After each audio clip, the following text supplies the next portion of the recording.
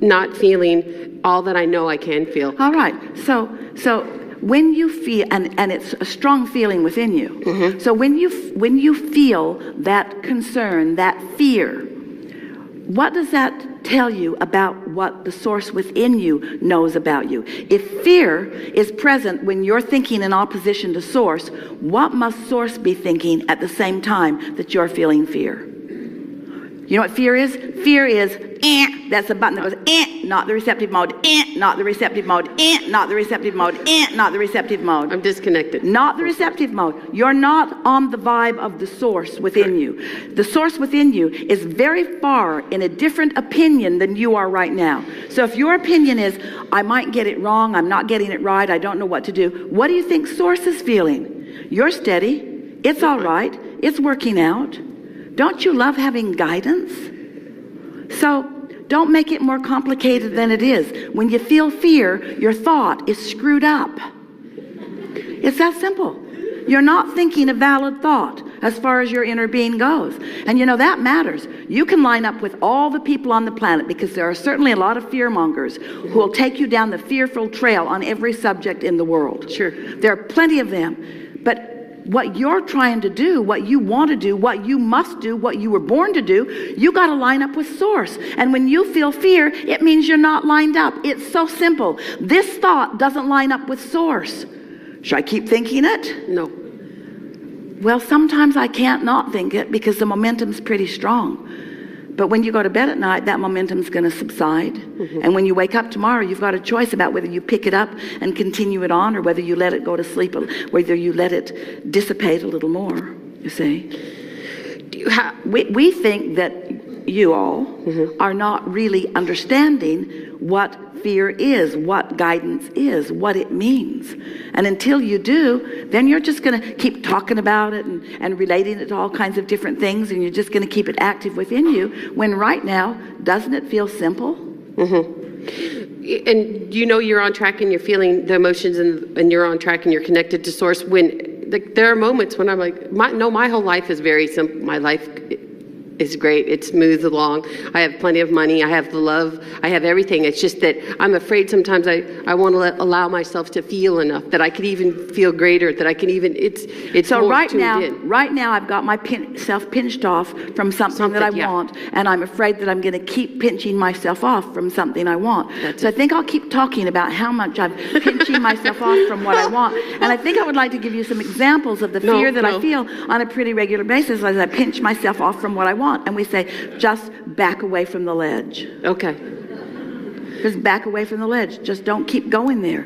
Stop talking about what you're not getting done. Yeah, okay. You see, got it. When you really want something and you're not letting yourself flow toward it, it feels pretty uncomfortable. In other words, if you're driving along in your car and you're going 5 miles an hour and you're not watching what you're doing and you just bump into things, it's not really a big problem at 5 miles an hour.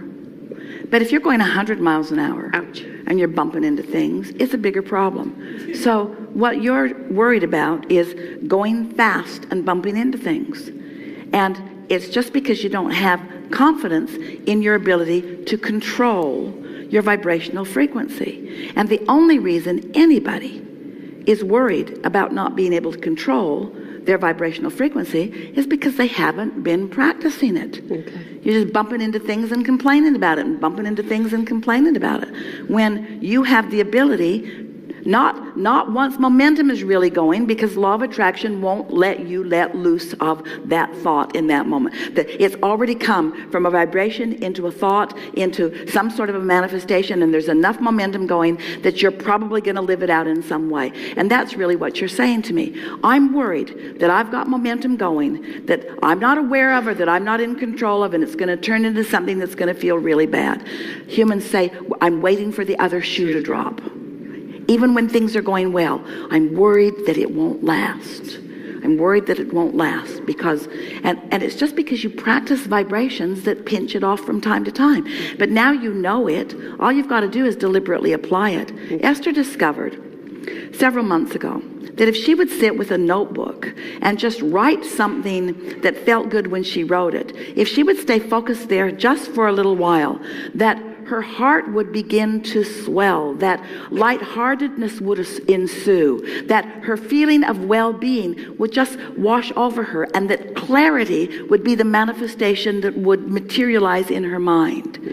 Just from a simple exercise of sitting and focusing on something that wasn't a problem. She also discovered that if she gets up wanting to be the forthright steward of her own empire, and if she gets deep into her email and looks at all of the aspects of her world, what's happening over there, what's happening over there, what's happening over there, who said what's going on over there, that she could activate within herself a confusing, worrisome vibration over which she has no control, but what she could use as her reason to feel worried. See. You can look for stuff to worry about. You can look for stuff to laugh about. You can look for stuff to be playful about. You can look. But what happens with so many of you, we love you so much. We do. You are often, always, you are. Say that out loud. You are sometimes, on a pretty regular basis, trying to justify your existence through your own struggle. You're comparing yourself with others, and in this comparative world, that's the way you sort of stack it up. And we want you to begin to express yourself in relationship with who you really are.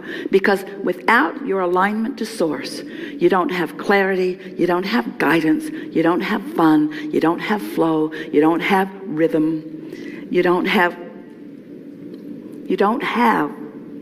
what you know deep inside that is natural. And that's why you had a hard time even explaining it to us. As you began speaking just now, you didn't even know, you just knew something was missing. You didn't know exactly what it was, and you had no idea how to get to it. You just knew that something was out of whack. I can feel that I'm supposed to feel better, and I don't know what to do about it. And we say, now you do.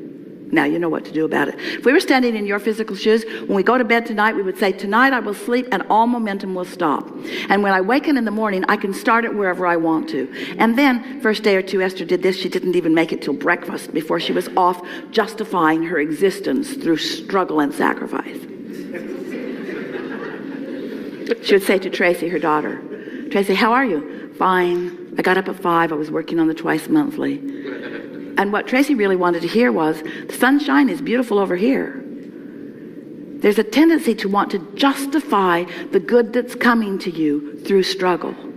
And every time you do, you hold yourself in a vibrational pattern where you're not receptive to the clues of ease, to the path of least resistance. In fact, we're pretty sure, we know, absolutely, without question, that if a poll were given to the entire world in whatever language they speak so that they really understood the question that was being asked, and they were asked, does a good person in physicaldom follow the path of least resistance or the path of most resistance?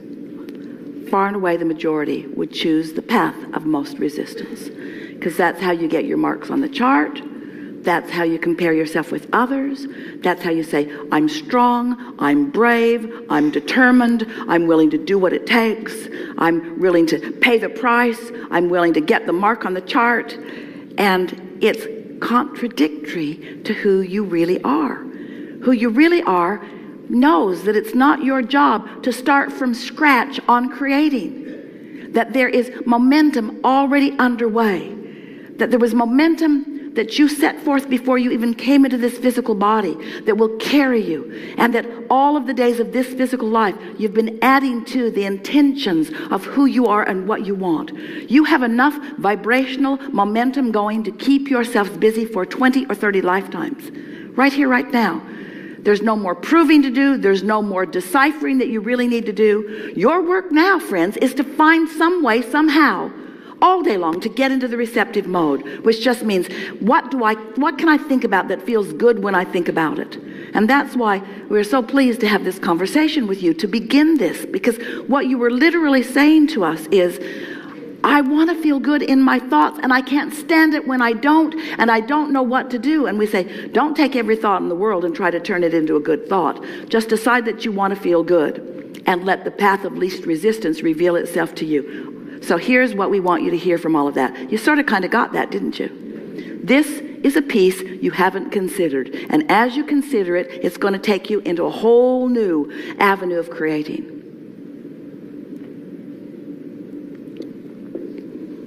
We've convinced you that when you think, you offer a vibration, and that vibration equals your point of attraction. Now we want you to consider this. You've got a vibration going, and the source within you really has a vibration going within you. So if you're not doing something to mess it up, that vibration that is at the core of you, that vibration that knows your value and knows your worthiness and knows how good you are and knows everything that you want, that vibration, if you're not messing it up, will become a thought. So what we're saying to you is, you're not really even the thinker of your thought. You are the preparer of the vibration to receive the thought. Can you feel the difference? You don't have to figure this all out. You just have to stop stepping on your own toe and making yourself feel uncomfortable so that you're not in the receptive mode, so that you don't receive the thought. We're all in this together. You are an extension of source energy. You are good and you are worthy. And in your human form, you are supposed to be the receiver of all of this momentum of well-being. Not the prover of it, not the prover of worthiness of it. Not one of you said, I'm going to come into my physical body and I'm going to look around the world and I'm going to solve all the problems and I'm going to set people straight. I'm going to fix this broken world. Not one of you said anything like that. You all knew that the world was not broken, that it was the perfect balanced environment for new desires to be discovered and manifested. So that's why we've been calling this gathering the art of allowing, the art of allowing, the art of receiving, the art of being in the vibrational frequency that allows me in my human body right here, right now, to be on the wavelength that makes it most likely that I'm going to receive the steadily evolving manifestation of vibration. Are you getting that? I want to be in the receptive mode. Why? Because I like those powerful thoughts that occur to me. What does occurring mean? It means I was in the receptive mode, and therefore I was able to translate a vibration into a thought. That's what Esther's doing here and now.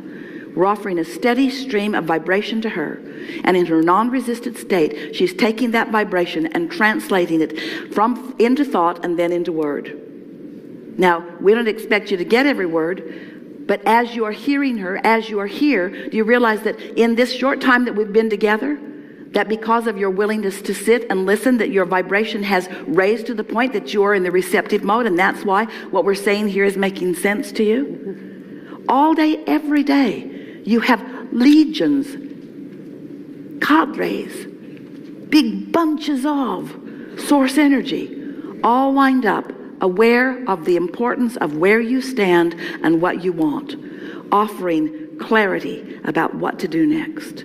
And that's what you were writhing about. All of that is there for me, and I'm not letting it in, and I don't know what to do. And the answer is just chill out and start new every morning. And if you get into the day and it's not going well, take a nap or go somewhere. Do anything that you can. Go get your feet rubbed. Go pet your cat. Go find someone to focus on that you feel that's easy for you to feel good about. But don't try to turn it around today. Go to bed and let the momentum subside. And the next morning, start again. And you'll get into the day and then it'll go south again because you got habits of thought and it's okay. But go to bed again. Go to bed. Go to bed. Go to bed. Go to bed. Go to bed. Go to bed. Go to bed.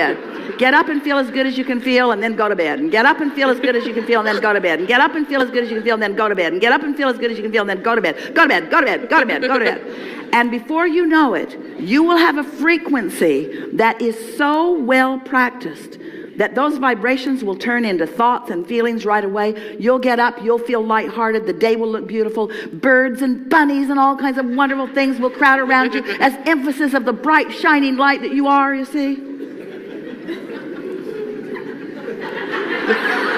Thank you. Good. Thank you.